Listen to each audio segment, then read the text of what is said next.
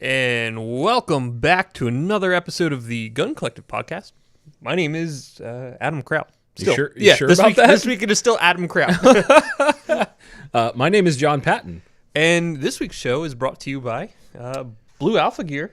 And the TGC Patreon supporters. I'll let you handle that because I'm still not sure if it's Patreon, Patroni. Whatever you want to call it. Whatever nonsense we're calling it this week. It's patreon.com/The Collective and Blue Alpha Gear. They support our show, so you should support us. Them. Got it. Support. Just anyway. Do the thing. Do the thing. With the stuff. Hey, Adam. Hello. How are you? I'm tired. Adam's tired. I'm tired too. This is my second cup of coffee that's not visible on the screen, but yeah, it's my second there. See? Look, there it is in the fancy mug. Second cup of coffee. Arizona mug. Shout out to everybody that is watching live here. As always, if you want to submit a super chat, we will definitely read that out live here on the air. And we've got a bunch of stuff to talk about. First off, Adam, there was a judiciary hearing. Judiciary committee hearing. Hearing yes. Here in Pennsylvania. Yes. And you shouted at everybody and threw shoes. What? Yes. Yeah. What? Yes. So tell us torches and everything. So we were going to talk about this. I'm bumping the table hardcore. We were going to talk about this before the show, and I cut Adam off and I said, "Wait, let's talk about this on the podcast." You did. So tell me about it. So, as well, you guys probably don't know unless you live here in Pennsylvania, but there are a bunch of gun control bills that are in front of the Senate Judiciary Committee, or House Judiciary Committee here in Pennsylvania. Okay. They held 6 hearings earlier in, I don't know if it was April or May at this point. They held 6 hearings, and during those hearings, they only allowed House members to testify. Essentially, it was the House members who had the bills or wrote the bills that were up there testifying about how great their bill was and what it would do. How much sense does that make? None. In fact, in the opening remarks, the chairman said that this has never been done before, and there's probably a reason for that. Because usually hearings are to gather information that is not available to the members so that they can make informed decisions about their legislation. It's not an echo chamber. It's not meant to be. Well, it was. For 6 hearings, in fact, it was. Good Lord. So I had written a letter, Josh had written a letter expressing our disappointment with it, and in my letter, I believe I referred to the hearings as a 3-ring circus. All right. I mean, I can't argue with that. That's ridiculous. So then it was announced that they were going to hold public hearings, and Josh was invited to testify, and I said, "Hey, Josh, I wanted to testify." Yeah. So we decided that we would split his time. And so I wrote something, he wrote something, and people that were going to testify, there was... So, and I guess let me get this out of the way. The NRA was on the schedule that I had seen in advance, and we got there on the day of the hearing and was informed about 5 minutes before it started that the NRA was not going to be there. And so I made a post on social media about it that NRA bailed. And I was pretty upset to hear that. So, yeah, that's really, really disappointing. Well, there's more to the story, okay. which is why I'm bringing it up. Okay. So I tried to find out why the NRA wasn't present. Nobody had any information that they could give me. Okay. Nobody that was there had information as to why. Okay. So or wouldn't share it. I don't know which it was, but so there was an individual on Facebook who apparently contacted NRA about it, expressing his displeasure, and he received a phone call back, and this went back and forth with some messages between us, and I ended up sending an email to and I forget what his job title is, but he's high up in ILA with regard to state and local stuff. He's like the assistant director, I think. Okay. So I sent him an email early in the morning on Wednesday, and I got an email back about 5 minutes later. "Are you in the office?" I said, "Nope, I'm working from home. Here's my cell. Feel free to call." So he gave me a call, and he explained to me why NRA was not there.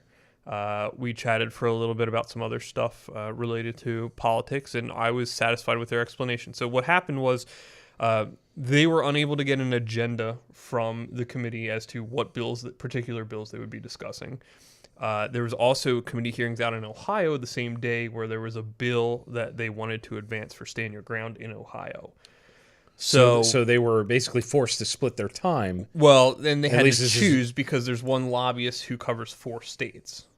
So from a standpoint of whether... That blows my mind that a multi-million dollar, billion-dollar, whatever, however big they are, they can't get more lobbyists. Well, again, ILA is separate from NRA. As far again, as an atrocity in and of itself. It has to do with tax stuff. So yeah, that's why they were not there. And after that was explained to me, and I told him, quite honestly, had I had that information at the time at the beginning of the hearing, I probably never would have made the post. Because I had seen the advanced one, and I just figured that they just didn't show up. I didn't know that. At the same time, they deserve any bit of criticism that they get. Well, I think there was a legitimate reason. Sure. And I'll give it. Had they just not shown up, and there wasn't like something else that they were at, I would still be pissed. So would I like to see them have more lobbyists? Yeah, absolutely. But the reality is there's one woman who covers 4 states, and Ohio is where she went that day. So it's okay. So first up to testify was a professor from the university where the hearings were held. They weren't actually held in the Capitol building. They were held in the Harrisburg, I don't remember. It's right across from the Capitol. He testified pretty briefly about some stuff. And then who went next? I believe it was Shira Goodman from Ceasefire PA. Shira was the executive director of Ceasefire PA. She also had a failed bid for, I think, a congressional primary seat. So she returned to Ceasefire PA. She testified. Then Josh and I testified. And I'll get more into that in a second. Then the women from Everytown for Gun Safety and Moms Demand Action. And they had a lot of people there. They're very good about getting people to things. With the exception of the pro-gun rally that we were at, they had a weak turnout. They did, but they had a big turnout, relatively speaking, 2-3 weeks prior when they had their own rally. Sure. So let me ask you a question. Sure. How is it possible for people to get involved in that are not necessarily, like if we had advocates out there in the audience that want to get involved? Because, I told you this. I had no idea this was going on. Right. Had I known, perhaps I would have made an attempt to get some time to speak. As far as the testimony part, I don't know how that works because the emails I saw coming back and forth were from it wasn't the committee chair himself, but it was somebody who had some relationship to him in the Republican Party there. So I don't know how they selected who. The last person to testify was Kim Stolfer from Firearms Owners Against Crime. Okay. And quite honestly, out of everybody who testified, I was most impressed with his testimony. Okay. He certainly had a very good grasp of the material, was very fluid in his transitions from topic to topic, fielding questions, batting stuff right back at him. He's certainly done this a couple of times, and he's very good at it. So it was interesting to watch and learn a little bit from him. So, I went through my prepared marks. So did Josh, and then it went to questions, and that was the same format for everybody. If you had prepared remarks, you went through those, and if they had questions, you fielded questions. And you got a little heated. I didn't get heated. The representative... The exchange, perhaps. Yeah, the exchange got heated. The representative, Madeline Dean, who is likely going to be a U.S. Congresswoman, by the way. She won her primary, and she's likely going to be elected. Okay. She got into it with me when I suggested that they shouldn't hastily adopt any measures. She held up paper and said, time after time that these are introduced here, they're well thought out. That is a lie. That is a bold-faced lie. They're well thought out. I'll agree with you. It's a lie on that part. They are introduced quite frequently every session, I think.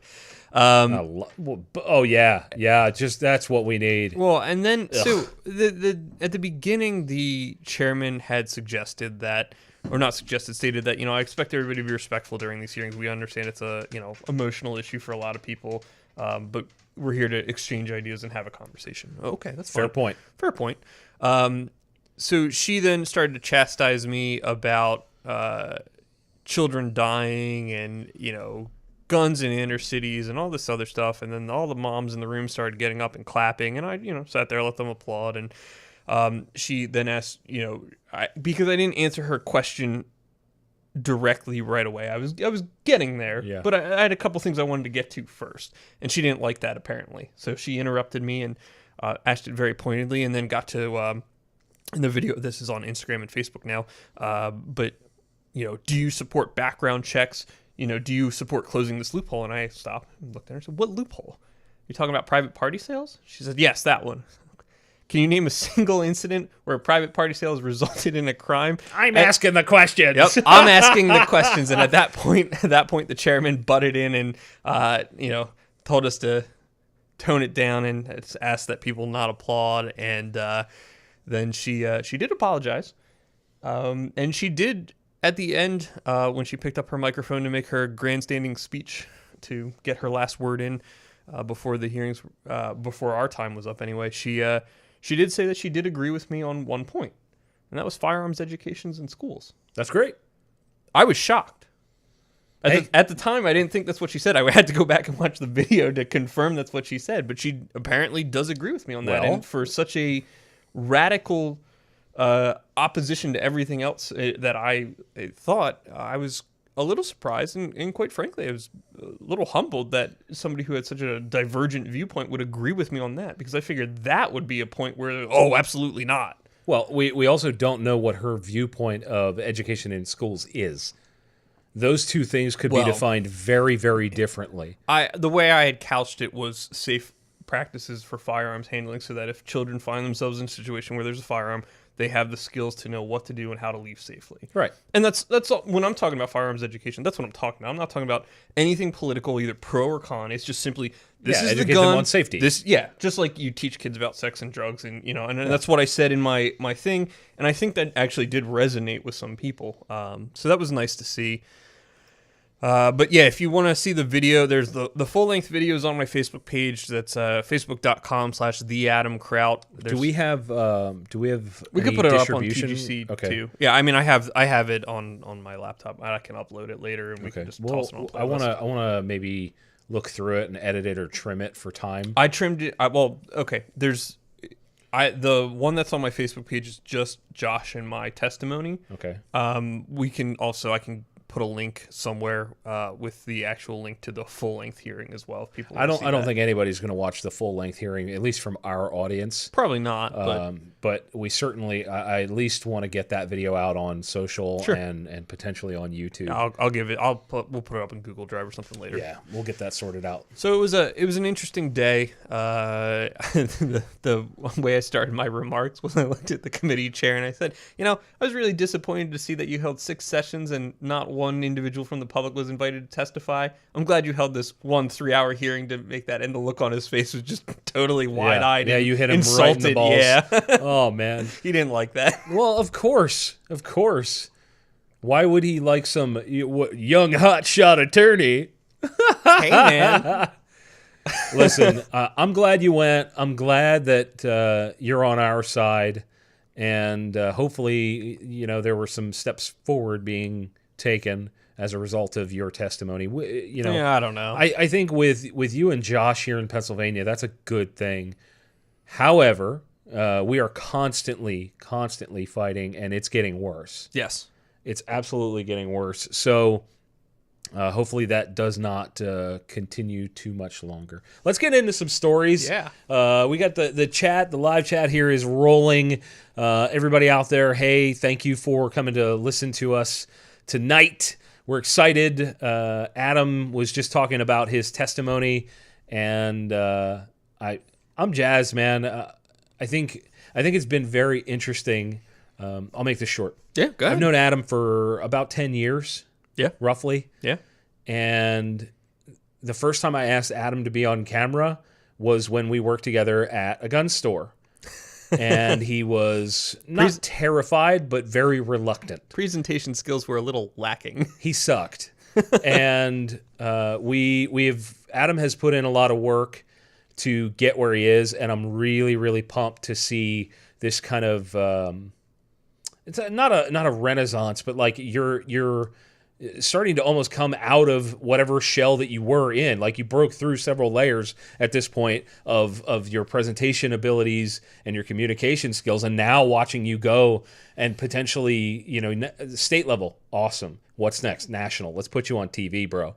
I just want to go back into my shell. It's never going to happen. I just want to be left alone, man. He said something to me a while back about being able to like go to like NRA and have nobody know him. I said never again.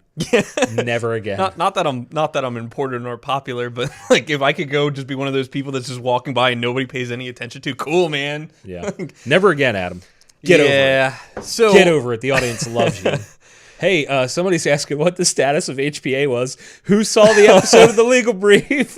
Do you see the comment section? No. People are so salty with you. Oh, well. Get over it. It's so good. I put him up to that, by the way. That was my fault. Well, be salty. Whatever. Yeah, I said, we need something funny to start the video out. Tell him HPA is about to get signed. Say, just kidding. Yeah, apparently. Well, I guess if it didn't go over well, it didn't go over well. Oh, well. I don't think they were actually mad. I think they were just like, oh, come on. Come on, you guys. But me. All right, what's first? So first up, we got a picture of the day, and this one comes to us from the Firearms blog, and this is actually off Facebook because that's where I saw it first. So apparently there was a Smith & Wesson Armors course, and there was an individual who came, and he very loudly told the instructor that the M&P 45 his officers carry are complete garbage. He said apparently they couldn't get the gun to group or shoot at all, not with full metal jacket or duty ammo, and then he keeps trash talking the gun, the brand, and apparently got the attention of everybody. So the person who posted this is the chief firearms instructor for Smith & Wesson. Apparently his boss kind of gave him a look, and he went over and asked if he could shoot it. And the guy said, yeah, go ahead. I don't want it back. So he shot 2 groups at 15 yards with Winchester Ranger SXT and white box, and shot business cards, or at business cards. And he brings them back, and the guy says, why'd you shoot your cards? He ain't got no targets. Guy smiles at him and says, nah, just in case you or your officer want to learn how to shoot, you'll have numbers to call. This dude put 2... Put it up on the screen. This dude put... Well, you explain this for people at home that can't see. Okay, this. So imagine a business card with bullet holes in it. He shot his own business cards. But the grouping on it is... I mean, it's an incredibly nice group. Both of them. Yeah. Both of really them. Nice really small nice groups. Yeah. Very FU to the guy that said they wouldn't shoot. Yeah, and it has his dude, number on it. That is like a giant middle finger. Yeah, that's amazing. What's next? Next up, we got ATF measuring overall length with brace folded ? And this one is also off the Firearm blog. Shout out to Nicholas Chen for this gem. So we've covered this topic. We beat it to death, I would say, is more. Well, we actually there was I don't remember the title. There is a video of the legal brief that was on the topic of measuring your firearm. And there's actually some really cool graphics that Izzy put in that video that very, very clearly explain how. And they were awesome graphics. Yeah, it was point really that out. well Izzy done. did an awesome job. It was really well done. And I guess that's being questioned now. The people are. I don't know. I mean, I read this article earlier. We've seen so many, like with the advent of the brace, the arm brace, the pistol brace, whatever you're going to call it. We've seen this kind of revolution of AR pistols and similar, and I think that has really just shaken people up because they're like, well, can I put a foregrip on here? Is that legal? It's a firearm. What can I do? We get questions like that all the time. I would say 10 to 15 questions a week about that topic specifically of what is and is not legal with an AR pistol or something similar. I thought we did a video on that. I'm pretty sure we did. Oh, we did a couple videos so what's the issue that's so apparently at hand? The Freedom Shop up in Connecticut had ATF show up. I think it's interesting that freedom and Connecticut go in the same sentence, but continue. Well, it's also shop, like old English shop. Shoppy? Shoppy. So I guess apparently ATF was measuring his firearms with the brace folded and declaring his firearms illegal AOWs. Since effing when? Well, first of all, I want to know, the article leaves some information that's lacking, as in the individuals showing up to measure the firearms. Are they IOIs? Are they special agents? What are these what people? part of ATF are they from? Who are all these people? ATF is, got a couple different subsets into it. So the article is essentially explaining, I guess 20 armed ATF agents came with a search warrant. Oh my God, seriously? Yeah. So somebody like ratted on this guy. I guess. I mean, so my understanding has always been that you measure, at least when it comes to stocks, definitively the stock fully extended. Yeah. Stock brace, I don't know about. I mean, here they highlight a part in the one determination letter here that if the shooter or possessor takes affirmative steps to configure it for use as a shoulder stock, so for example, configuring the brace so it's to permanently affixed to the end of the buffer tube, thereby creating a length that has no other purpose than to facilitate its use as a stock, it would then be a stock, which raises questions, I guess, as to their new 5-position brace here and how that works out. But they have another excerpt from the approval letter in relation to the MPX adjustable brace, and they measured it with the overall length with the brace fully extended here, which is consistent with the overall length as to how you would measure a stock. And if you look at the language in it, I don't recall what it is exactly off the top of my head, but it has to do with like the straight down the bore line, like, so I don't know. It's so the MPX pistol, and I don't. Let's see here. I think this is really, really interesting that they are still kicking stuff down this road. Like, let's waste taxpayer dollars on stuff that really doesn't matter. But it's a violation of the law. It's not. Well, but because it is. The ATF doesn't write laws. It's not a violation of the law because there is no law that says anything think of about all the this. victims. Oh my God, you're just so awful. So the MPX, you're like the worst.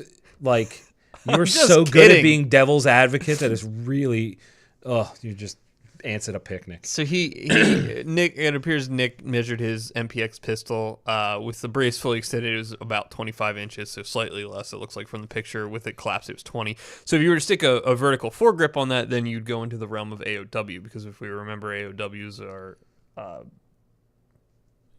Yeah, we covered that. Yeah, go watch the legal brief. Yeah, go watch the legal brief, because I'm certainly not reading this awful, monstrous paragraph of some assault weapon definition from Connecticut. No, we're not. Well, Connecticut has their own set of nonsense. Well, and that's totally separate from federal law. But and the ATF wouldn't be enforcing that anyway. They wouldn't have anything to do with state level, or at least they shouldn't. Right. So I guess the question here is whether or not this is in fact measured, folded or not, and I'm just curious to know who is doing that, and whether or not this actually gets anywhere other than where it is. Let's hope not, because I don't want to deal with this ever again. A U.S. attorney may look at this and go, "This is stupid. Like, I'm not doing this." They should look at everything else and go, "This is stupid." The entire NFA is stupid. Uh-huh. But it is the law. The NFA is. I just said that. Thanks. Thanks. That's what I said. That's what I said. But like the issue of stocks and braces, none of that is law. It's an agency's interpretation as to how they would enforce the law. That's not law. That's not law. You're right. But if they come knocking on your door, you're on notice as to how they're going to enforce it.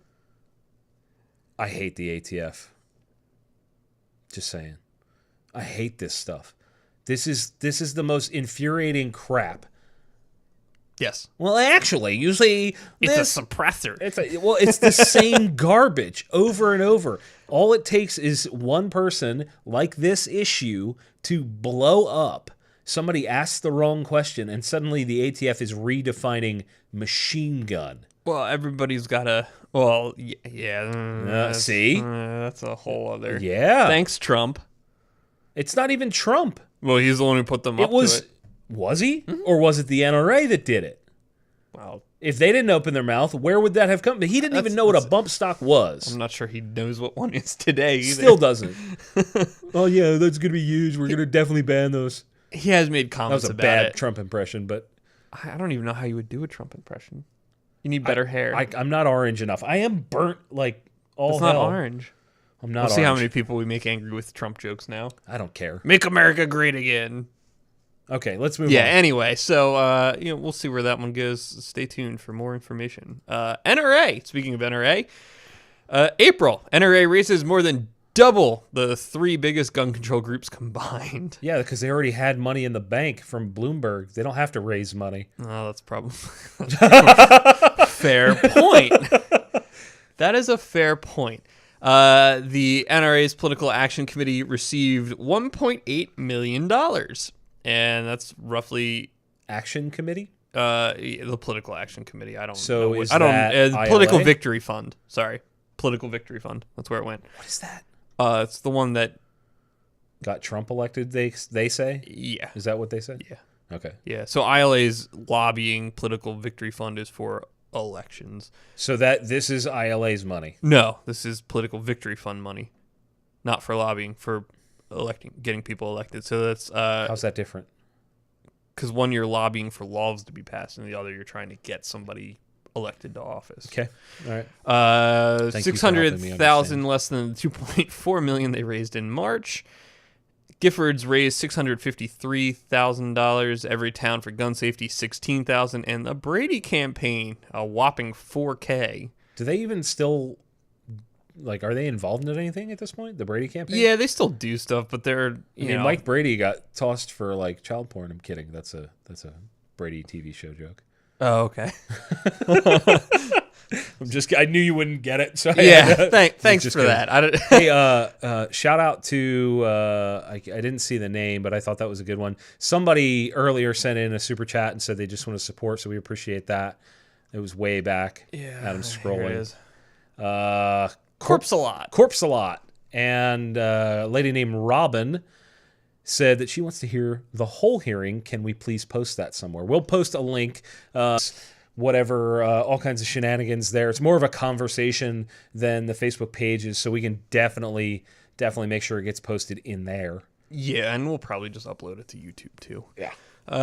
Speaking of Every Town for Gun Confiscation, Tuesday they took a full page out in the Houston Chronicle, which featured students across Texas asking Governor Abbott what he plans to do about gun violence following a mass shooting that left 10 dead in a Texas high school. Apparently 40 students signed a letter featured in an ad that said, "We're dying on your watch. What will you do about it?" That's not true.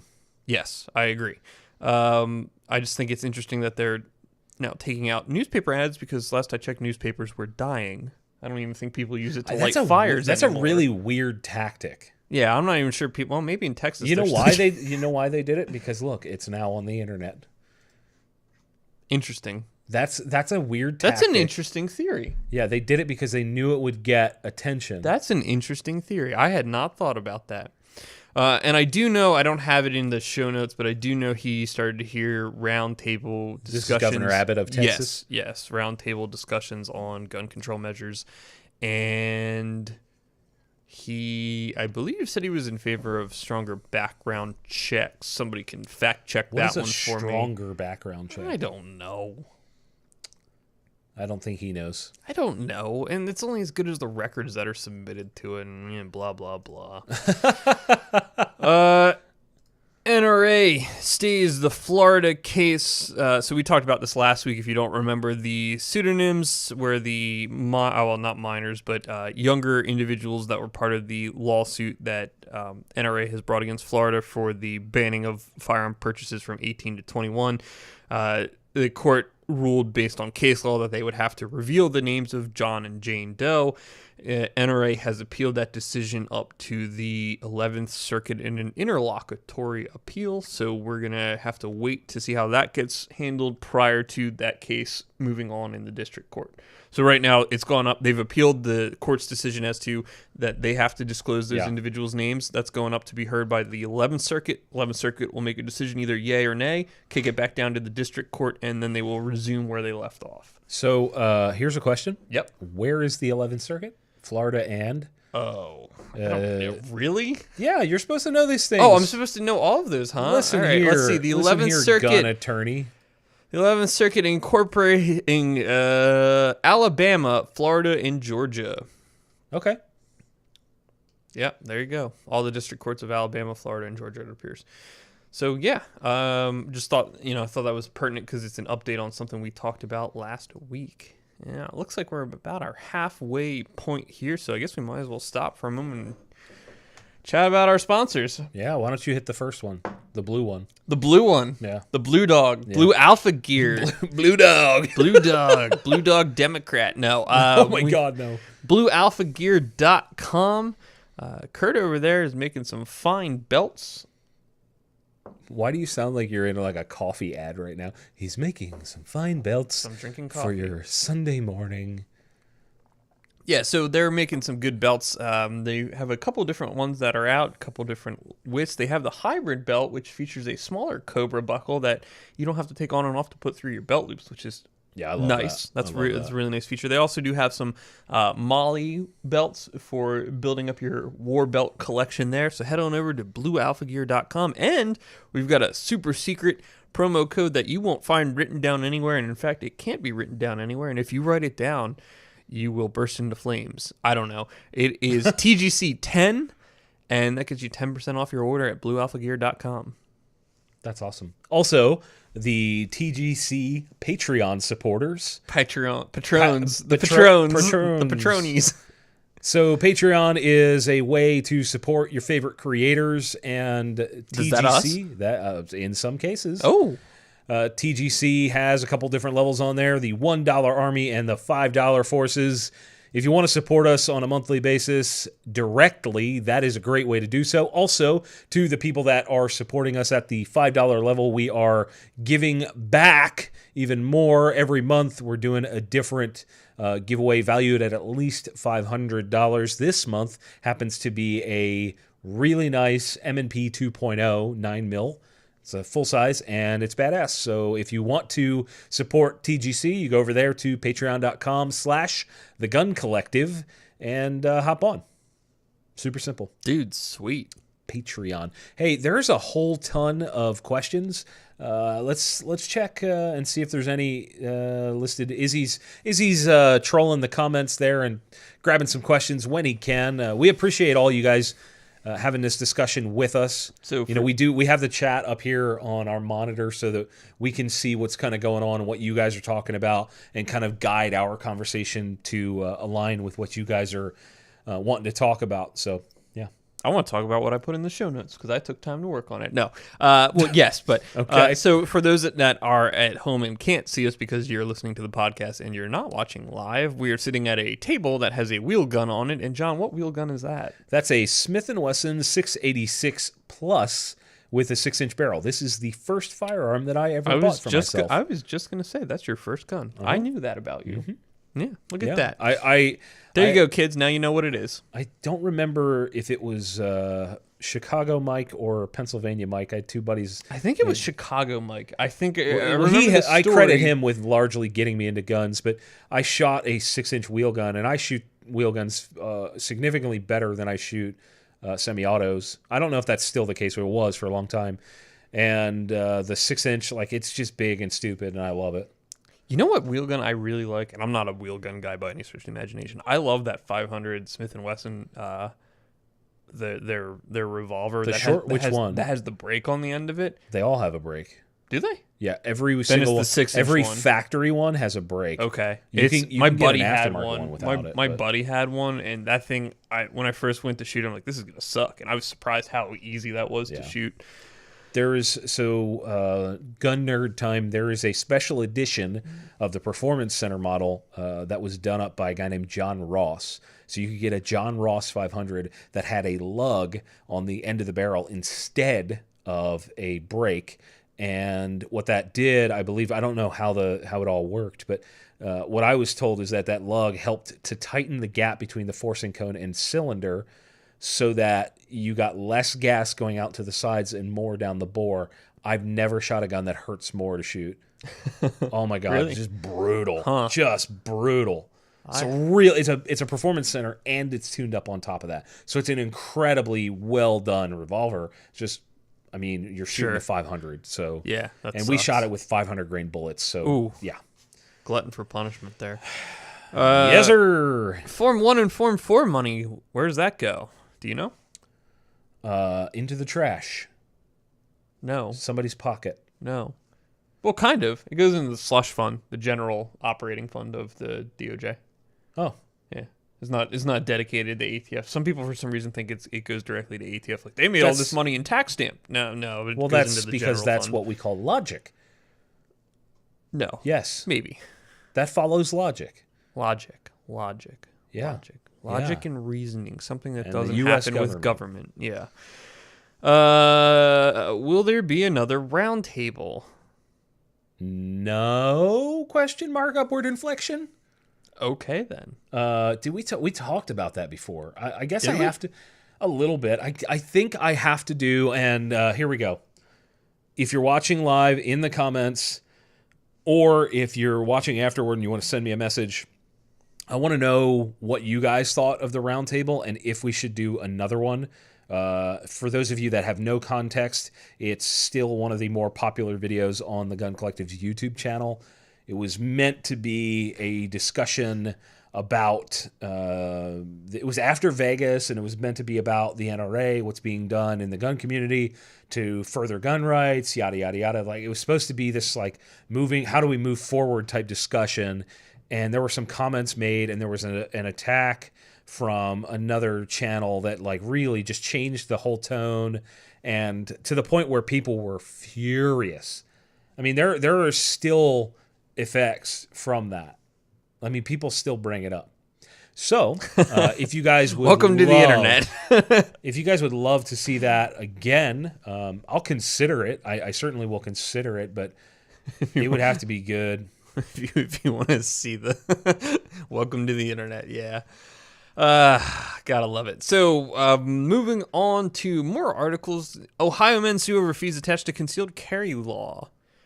So apparently 2 guys filed a federal lawsuit in Ohio against the county sheriff, area prosecutor, and commander of the local Ohio State Highway Patrol over their licensing fees and process, and that the law prohibits the use of a firearm from a motor vehicle. Does it really? Apparently. This is news to me, but I also never looked at it, so I don't know. They argue that the prohibition of the use of a firearm from a motor vehicle would open them to criminal charges in a self-defense encounter while in a vehicle, and the fees and conditions are illegal and not compliant with the right to bear arms. Last year, that county sheriff's total, so I guess this is statewide, issued 70,281 new licenses and 54,064 renewals, so about 130,000 licenses.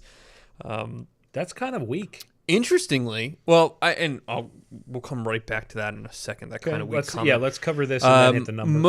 Most have to pay to play. There's fee waivers for current and retired LEO and armed forces. Interesting. And those who do not qualify have to fork over $67 and show 8 hours of training. So yeah, that certainly would seem to me to be unequal and wrong if law enforcement and armed forces are getting this for free and average Joe Schmo is not. I think there were people that would disagree, and they would say, "Oh, well, they're allowed. There's no such thing as being more equal." Yeah, no, you signed up to do that. You don't get special rights and privileges. Sorry. Don't agree with that. So your comment about that's weak. Interestingly, I got an email from Kim Stolfer because of some comments. Was Firearms Owners Against Crime? Yes, here in Pennsylvania. FOAC, yeah. FOAC-PAC.org for you Pennsylvanians. Go join. They're an awesome organization. But anyway, so he sent an email earlier this evening while we were sitting down here while I was doing show notes that went to the committee members about some comments that were made during the hearing in relation to teachers not wanting to be armed. And this is what I found interesting. So there was a Gallup poll conducted where 18% of teachers said that if some kind of training was offered, they would consider it or would go and do it to That's a significant amount. It is a significant amount, and here's why. And this is what going to your point here. only 6% of the population obtains licenses to carry firearms. So there's just a ton of people carrying illegally? Is that no? what you're suggesting? No, not what I'm suggesting, but it's a very insignificant part of the populace as a whole. Sure. So that number there, I don't know what Ohio's population is, but it's an insignificant number versus the population of the state, I'd imagine.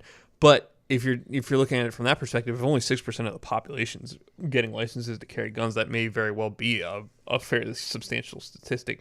What was interesting about his point, real quick, about the teachers was that it appears 3 times more teachers are interested in being armed than the general populace is. So that's a good point. So to couch the argument in the context of most teachers don't want it is actually untrue if you're looking at it from a standpoint of, well, if we're speaking relatively. Yeah, if we're talking math. Yeah. Yep. So I thought that was interesting, and that goes to your point here about number of people. Parkland victims, I guess parents of Parkland victims, this should read, sue, calling gunmaker and seller complicit in massacre. Apparently they didn't watch the legal brief on PLACA. That's the Protection of Lawful Commerce and Arms Act. So let me jump in on that. Do it. So the basics with PLACA is that it is designed to protect manufacturers of whatever the enumerated guns are from being sued in instances such as this. There was an episode of the legal brief that covered it. It's a little bit more complex than what I'm trying to simplify as best I can, but it's hard, isn't it? Oh, I know. Remember? Oh yeah, I know. I'm here every week. So PLACA is a very, very good thing for us, and I think it's really interesting that any of these lawsuits come up. Like Adam and I were talking about why this continues to happen, because these lawsuits do get brought. Yep. And then they get thrown out. They usually get thrown out under PLACA. Yep. And then who bears the costs of all of it? I would assume the plaintiffs. The families end up having to pay for the lawyers, and usually it's other basically abuse of these victims and the people on both sides. Yeah. Yeah, Lucky Gunner was a good example of that. Lucky Gunner got sued, I think it was from the Aurora shooting, and Lucky Gunner prevailed, and then they assessed like $200,000 against the parents' victims, or the victims of the parents of the victims. Do you feel from an attorney's standpoint, do you feel like that is a disservice of the attorneys on that side? Like not knowing absolutely. Unless they're telling these people, they should be telling them like, hey, don't do this. Well, unless they're telling these people that, look, this is what the law says. Your chances for success are not very good. There's a high likelihood if they're and I don't agree. Right. I don't agree with them suing any on this, but if they're giving them an eyes wide open, like this is the reality of the situation, then okay, they know full well going into it. If they're going, well, look, if they're kind of shystering them into suing, then screw those guys. Right. Somebody said, why don't they sue the FBI, police, and Facebook for not doing their jobs? It's not Facebook's job to police the world. That's not what Facebook is there for. They can certainly escalate things, but the FBI and the police definitely dropped the ball in Parkland. No question. Absolutely. No question. So in this lawsuit, the attorneys are saying judges have to clarify whether gun manufacturers and sellers can be sued. There's a Florida statute, a confusingly written Florida statute stands in the way. If they claim that the defendants claim that law entitles them to immunity and the court agrees, the victims will be forced to pay the gun makers and sellers legal fees instead of recovering damages. Well, yeah. So they've sued Smith & Wesson, and they've sued the shop, which is Sunrise Tactical Supply. Do we have a culture where the gut reaction, and I mean, I feel like I've done this sometimes, like, oh, I'm going to sue. Like, if you've been wronged or you feel like you've been wronged, regardless of whether it's lawful, whatever, I feel like we have a culture where the gut reaction is, I need money out of this. Therefore, I'm going to sue. You can sue anybody for anything. Yeah, but my point is, should you? Well, have you been wronged? All the time. Every day when I get in the car, there are people that disrespect me. Well, let's start suing them. We'll start sending out cease and desist letters. Cease and desist, you're driving. You're from New Jersey. Get out of the way. I said it. Jersey drivers are garbage. I said it. Have you been spending time near New Jersey? I spend time in Philadelphia almost every day. I drive a lot. I am saddened and sorry. For the record, I live about an hour from Philadelphia, and I'm there all the time. All right, let's keep moving. It's like you're a glutton for punishment here. Brownells introduces the BRN-22, stripped receiver for the Ruger 1022s. That's neat. That's not only neat. Whoops, almost knocked that. That's not only neat. That's really cool because now you can buy things like the Gemtech Mist without having a 1022.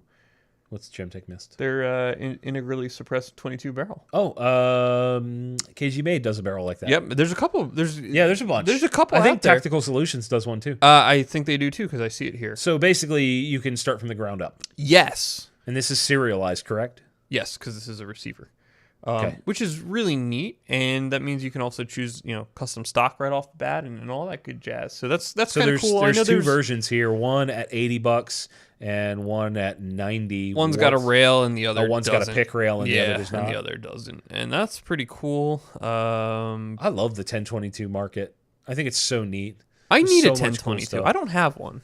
I said that. I would before. like one. Maybe that was I've had a couple here and there, and I end up just not getting excited about them. Really?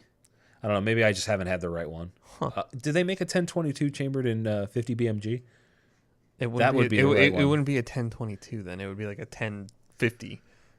I'll take that. I'll take that. What you're talking about here, I covered on TGC News not that long ago, but let's talk about it because it's cool.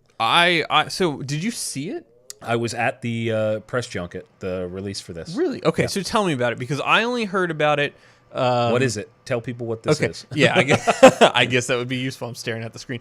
So this is the Sig Sauer Ballistic Data Exchange System.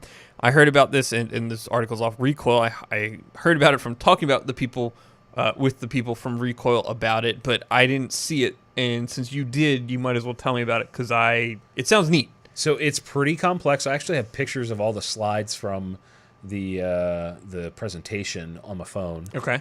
But it's basically a Bluetooth connectivity system for your scope, rangefinder, and phone. Right. So you are connecting all of them. And there's an app to go with it, the BDX app. This is all the BDX stuff. Okay. So BDX is a Bluetooth system that so say you're tandem hunting or you're hunting with a rangefinder, whatever. You can get on your rangefinder and range whatever animal. They're aiming this at hunters, so range the animal. That then pumps the data into your scope and gives you a holdover dot on your optic in the reticle. Ooh. So the app, the integration here is that you're supposed to fill in whatever data for the rifle and ammo choice and whatever. Gotcha. You're supposed to have this data, and they actually use the Applied Ballistics app as their core. Okay. And that's like super I think the military is actually using that. Oh, okay, neat. So neat. it's pretty legit, and it's this really interesting system. So it puts a dot in your scope. Yeah, and that concept is not new. There are range-finding optics. And the way it was described at that event was that's like putting a battleship on your gun because they're huge. Right. The range-finding optics So are like big. the bores. Like No, that's different. Is it? Okay. The bores is not. The bores is an add-on, whereas the range-finding optics are literally. Oh, okay. Just massive. It's part of the scope. Okay. I think Burris or Bushnell, one of those two. I always get them flip-flopped, but one of those two has one of the Bs. I think it's the Eliminator. I think it's Burris Eliminator, and they're up to 3 revisions now. Anyway, it's a really neat idea, but anyway, so they give you a holdover point. Right. So once you do this, it goes boop, and it shows you where to hold. There's also, you can enter in wind, and it'll give you a holdover dot on the horizontal line as well. Nifty. So is it just simply putting the dot on the target and pulling the trigger? Sort of. I mean, obviously, you still have to do the fundamentals and all that, and it's even more complex because you can set it up to just have holdover points. Like you can put a series of dots if you want. Like create your own BDC reticle. So eventually, what you're telling me is based on the technology. It seems they'll be able to put all kinds of stuff into your scope with this linking system eventually. I would imagine that's probably where they're headed. Yes. And I think it's a great way to move everything forward. The cool thing is they tell us that they did not increase the cost of their optics to accommodate this. Oh. They're doing, I think, on the low price range of the BDX system, there's a system with a rangefinder and a scope for, I want to say, $839 MSRP. Wow. It's actually really well done, and I'll show you afterwards. Battery wise? How's it powered? I would imagine you need some kind of power. I think it's just whatever normal batteries you would use in an optic or a scope. Oh, interesting. I don't know. That was not a question I asked. Honestly. Cool. Yeah. No, I saw that was neat. That's a really cool thing, and I think it's really smart of SIG to be pushing in that way. Yeah, I certainly think it's cool. Continuing with the SIG trend real quick, they've also added premium brass to its collection of ammunition and components. So they're now selling brass. Funny story. Bags of 100. Yep, go ahead. The guy that's quoted in this article, Brad Kreiner, was one of the first guys I ever interviewed at SHOT Show about 5-6 years ago. Wow. He used to work for Winchester. Ah. Now my name stood out, and I was like, who is that? Oh, yeah. Never forget that. He works for SIG. So they're creating pistol component cases for 380 9mm, 357 38, 357 mag, as well as SIG. 40 Smith and Worthless, 10mm, and 45. If you still are in the People's Party of 40 Smith and Wesson, stop it. Just stop the People's Party. You're a bunch of commies. Oh, come on. Rifles. So pistols are bags of 100. Rifle components, bags of 50. 223 Remington, 22 250 Remington, 243 Win, 300 Black, 300 Win Mag, 308 Winchester, and 65 Creedmoor, and they're working on 270 E-Win. That's a typo. So just Win. Yeah. Yeah. Okay. I was gonna say E-Win. Never heard of it. And 30-06. Okay. They are between $20 and $35 a bag, and they're available on SIG's website. Interesting. Seems like the next logical step. They're really diversifying everything. They're trying to get into everything they can. Well, I guess when you have a billion models of one type of gun, the 229 Extreme, the 229 Legion, the 229 Red Chrome Plate, 229 Punisher. That's next. I heard that's coming. I heard they're having issues with the 365. Harmson, yes, Tim said he's having some problems. I saw. And that's not the only report I've seen of it. I saw somebody had a firing pin that made it through 300 rounds before the firing pin was no mo. 300 rounds? Yeah, no mo. It's a shame because that's supposed to be an awesome gun. Is it drop safe? I don't know. Zing. Speaking of drop safe, Alien Gear Holsters adds new car holster mount to Shapeshift lineup. Now, I know absolutely diddly squat about Alien Gear holsters and Alien Gear shapeshifter stuff. They spend tons of money on Facebook ads. Oh, I know that much. They used to. I don't see them anymore. But so they've added, and I'll throw this up. Can you describe this to the people that are listening? Yeah, it's like a strap that goes on the bottom portion of your seat, and you attach one of their shapeshift holsters to it, so that the gun essentially rides muzzle down between your legs. Now, can we explain why this is a horrible idea for anybody that may be considering it that's listening? I mean, if you ever get pulled over, that's a bad place for that to be. Well, that's okay. That's a bad place for that to be. Now, why else is that a terrible idea? If you get in an accident, it's going to hit you in the junk? Is that what you're suggesting? No. Is that one of the other reasons that we're coming up with? No, actually, that wasn't. I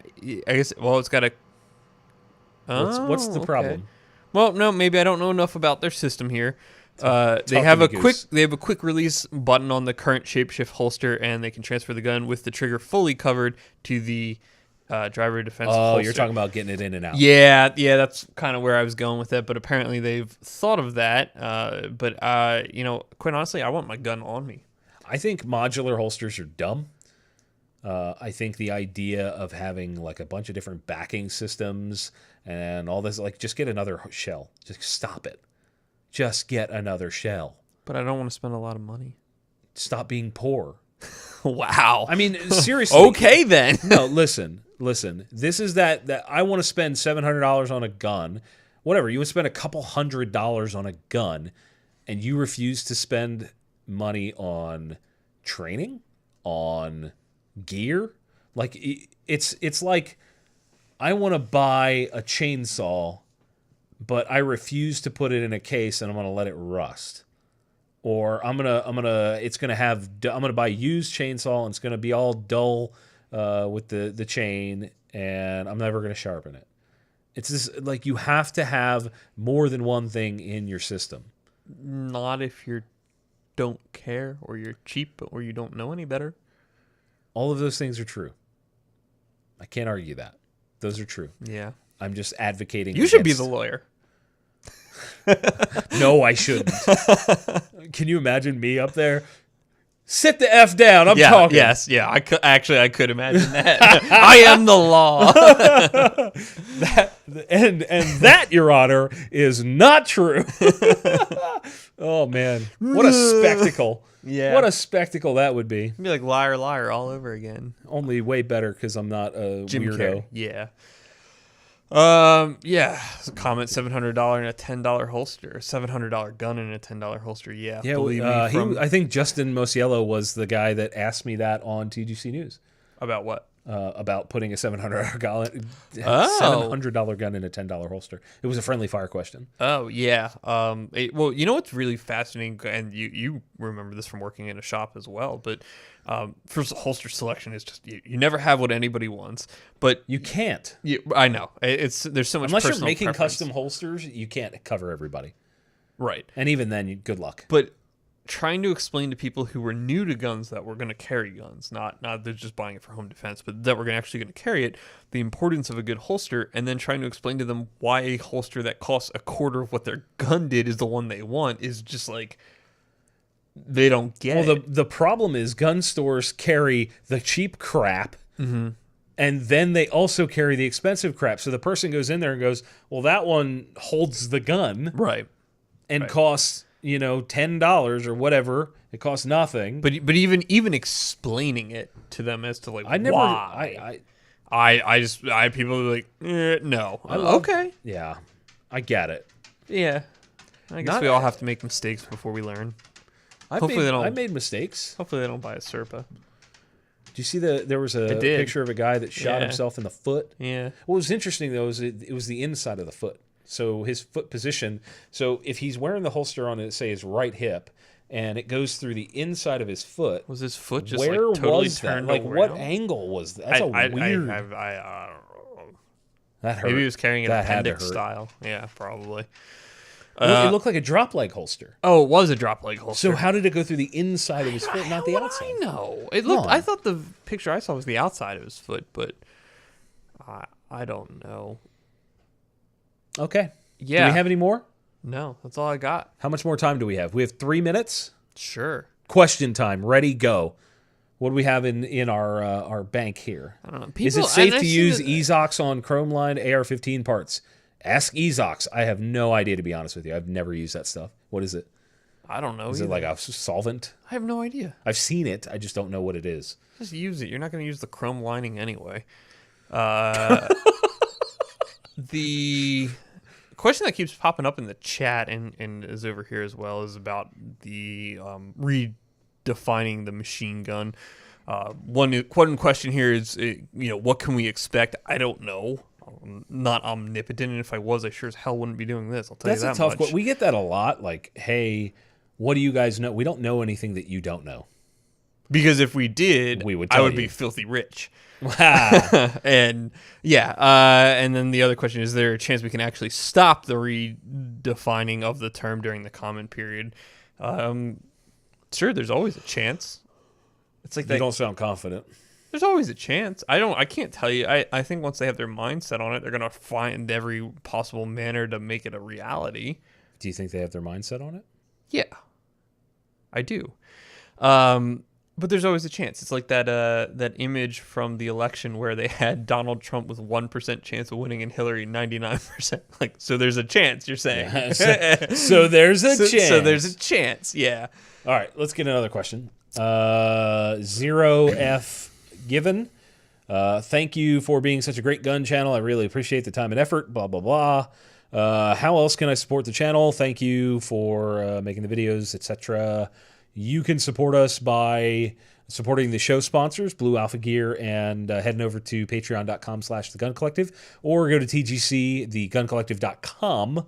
Theguncollective.com/partners has all of our current discount codes, I believe. I got to update the page. And just, watching the videos, listening to the podcast, all that stuff matters. Being awesome in the comments, leaving comments, hitting like on the video, sharing the video. Yeah. That sort of stuff all matters to us. Where are your gun drama Johnny feathers? I don't have a feather boa. I don't have that either. Really? Yeah. Johnny said do that. Yeah, maybe he could send boas that we could not wear. I'll wrap it around my mic stand though. I'll wear one.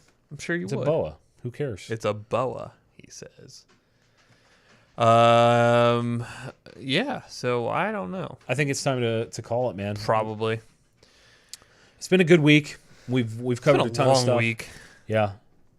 We filmed an episode of The Legal Brief. Do you want to hint at what that is on? That'll probably come out next week. Yeah, the HPA passing. Next. Wow, you're awful. I know. I try. You are just awful. So that's going to be all we got for this week here on the Gun Collective podcast. Make sure you head on over to facebook.com/The Gun Collective. Give us a like if you haven't already. On Instagram at The Gun Collective. You can check me out at The Adam Kraut, both on Facebook and Instagram. If you're looking to download the podcast for future use, iTunes, Stitcher, Google Music, anywhere else that ends up, because I don't know where it goes, feel free to leave us a review. And if you hated it, make sure you don't do anything. Take no action. No further action No further action required. So that's all we got for this week. We will see you next time.